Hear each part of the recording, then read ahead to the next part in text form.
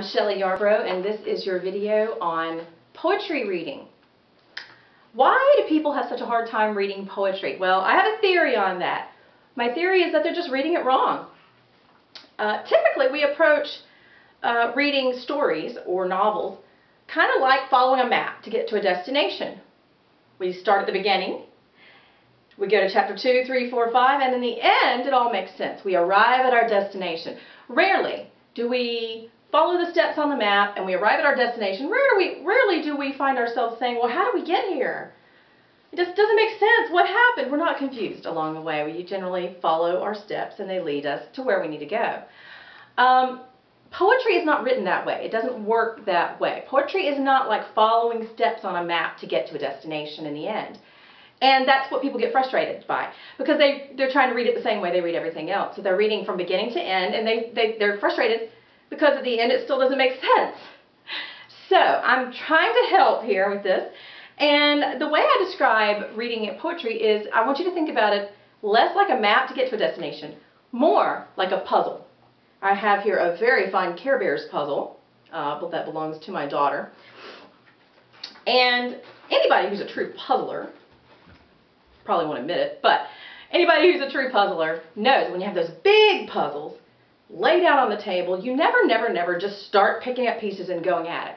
There's always a strategy, and more often than not, people will group puzzle pieces that belong together.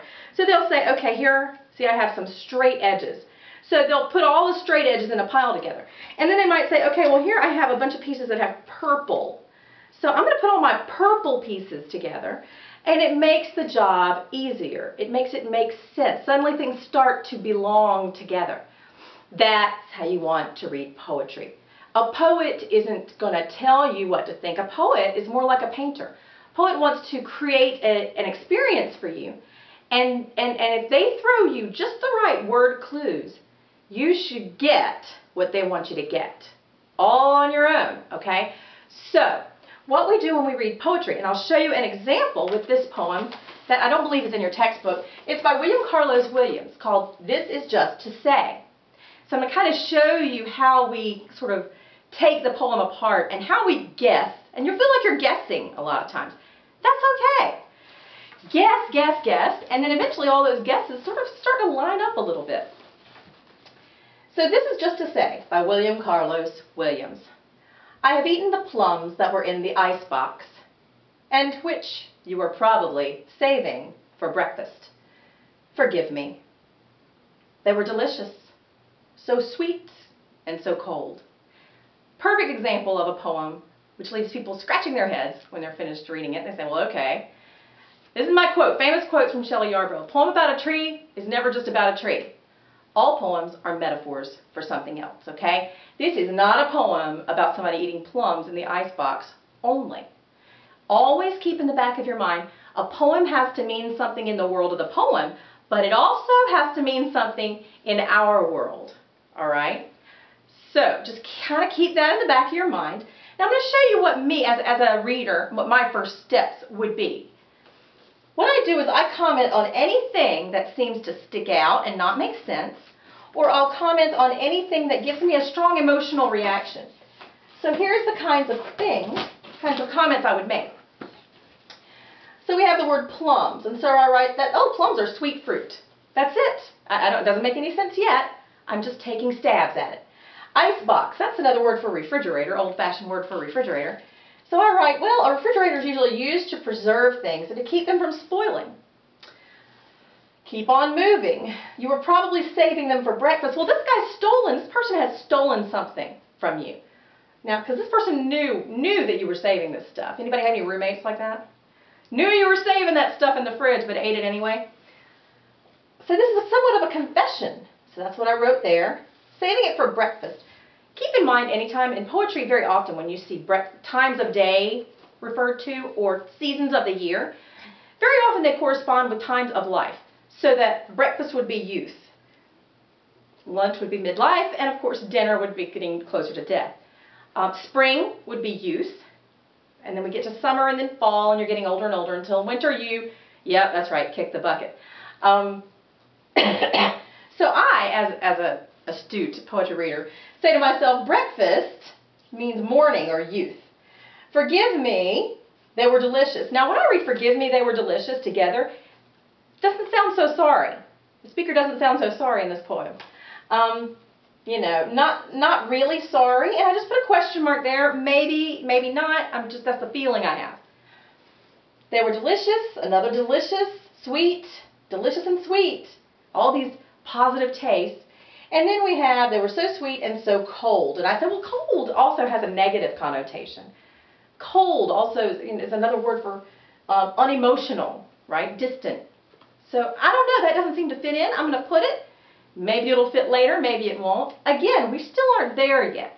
Now we step back and look at all of our notes and we say, do any of these have similar straight edges, like a poem, like a puzzle? Do any of these are they all green? You see what I'm saying? Do they have anything in common? So what I see is sweet fruit. So I'm going to use an S for sweet. I'm going to label the ones with an S that have to do with sweet or flavor in some way. So I also labeled delicious. And I also labeled sweet and delicious and sweet. All of these, plums, delicious, and sweet, refer to a delicious thing, something that tastes good. Then I have tea, because I'm going to use that for taking something that doesn't belong to you. We have this note, and this note all have to do with tea, taking something that doesn't belong to you. And then R has to do with not having any regret about it, which seems to be a big deal, right? Not to care that you stole something from someone. No conscience about that? I don't know. So, once I've done this, I'm kind of starting to make a little more sense of the thing. Flip this over. So all I do here is I just rewrote them in groups like an outline. This is turning into my essay outline on a poem. It is, look. So all my S's, I'm putting them together. All my T notes, I'm putting them together. And all of my R notes, I'm putting them together. And then I want to think about, I'm going to go back to that idea that a poem means something in the world of the poem, but it also means something in our world.